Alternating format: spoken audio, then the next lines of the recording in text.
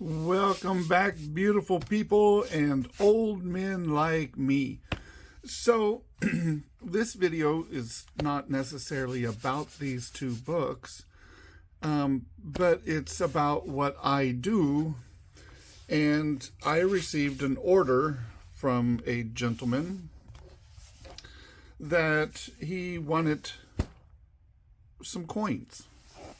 And now I can find it. There we go. So here's the list of coins, and these here are of course going to be the nickels. And off to the side, like that 14 is $14, $13, $15, 50 bucks. I didn't find either of those. You know, as you can see, there's numbers next to each of them.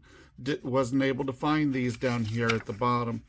So the 14 coins that I did find came up to $156, and there's 20 coins that I didn't find. So what am I trying to relay to you at this time? Well, I went onto the APMEX site and looked for all these. That's why there's a price tag next to them. Now, I already own all of these coins that he is looking for. They're right here. He wants them all in BU condition. These are all in BU condition. So, again, 1938 PD's S, 1939 PD's NS, 1940 PD's NS. So, I went through on APMEX and looked at the price tags. Like I said, they're on this sheet right here from APMEX. So how do I get this gentleman a group of coins that he's looking for a price that I wouldn't mind paying? Okay, so I did a weird thing.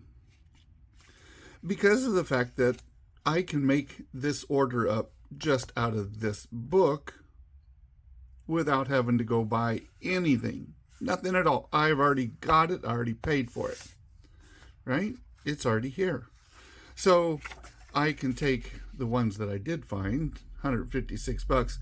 That is, again, retail price for those 14 coins that I found over here through APMEX pricing. Yes, we all understand APMEX pricing is higher. So I did a weird thing. I said, well, I'd like to make this guy's collection, and he, like I said, he wants them all in BU. And so I already have the coins available for him in this book right here. So I could sell a total of 34 coins for less than, well, probably not less than that, but, you know, let's just say 250 bucks for down here. That includes all the coins. And I pull them out of here. Well, Mark, you're not going to have those coins in your set. That's a total of, what did we say, 34 coins that are going to be missing. So I got crazy because of the fact that this is a 1938 to 2005 set. I went ahead and purchased another entire set, all in BU. The total price was, I'll say 700 bucks for the entire book. I don't remember what I paid when I bought this one. And like I said, when I looked at it, I said, well, I want them all in BU condition. And that's what these are. Now, right there, I mean, the 1950D, it's not even listed over here. But I did see to buy an entire roll of 1950D Denvers for 400 bucks. So we know there's 40 in a roll, and divided by 400, 400 divided by 40. So each coin was $10 in a BU condition. So again, I'm thinking I've already purchased this other book and it's going to be on its way. So I can make sure that this gentleman gets all the coins. Well, what happened there? I also have all the other coins. When I take out these coins, I still have all the other coins remaining, plus an entire full set, right? So, I mean, I know it's kind of backwards thinking, and most people probably wouldn't think that way, but I don't want to have a book with a whole bunch of holes in it, especially all of these. These are, the older years, and of course the 1950 Denvers. So the way I go about it is I will eventually run into these coins again to put back into this set, but at the same time, I already have a full set. So let's move on to the Lincoln Cents.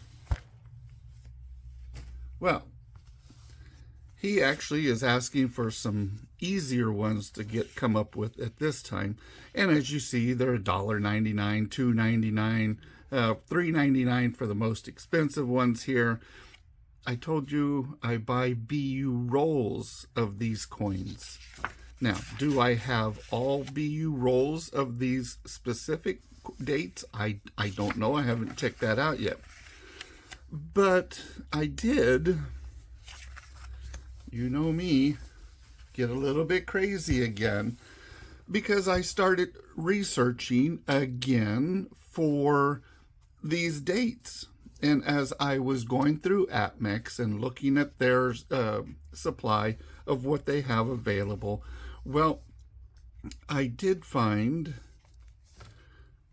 and it wasn't on APMEX, it was actually an eBay site, and it was $100 for starting. It was, I put it away already. The middle album, well, the number 2 album, it starts at 41 and goes forward.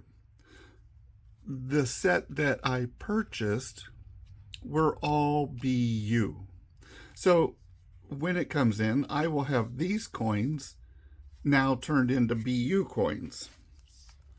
And all of these other ones are going to be turned into BUs. And that set goes all the way to 74. I'm still looking for the small date, 1960, but it goes all the way up to 1974.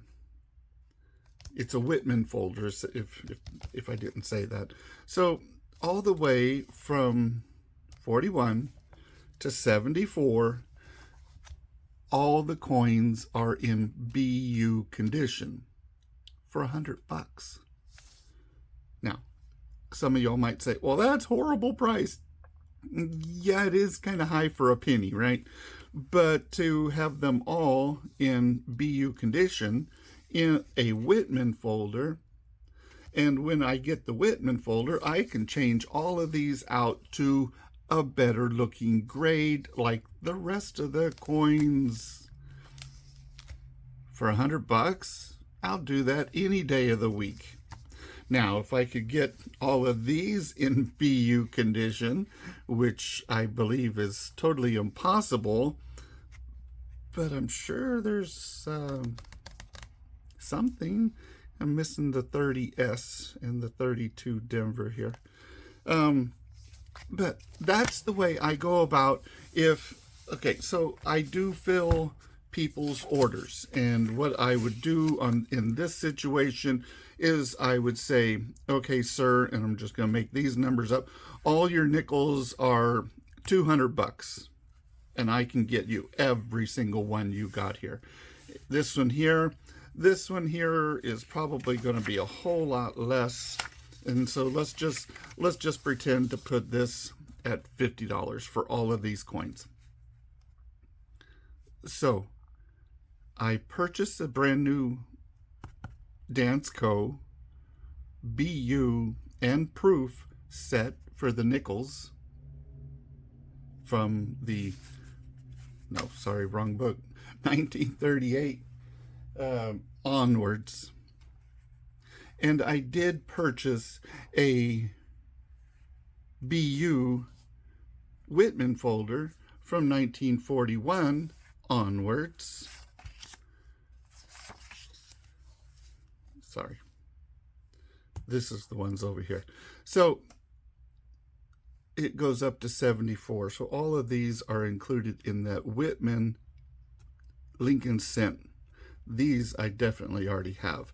But anyhow, what I'm getting at is that I buy a larger quantity of what I need or what I'm selling, and I look for a better price for the customer as best I can.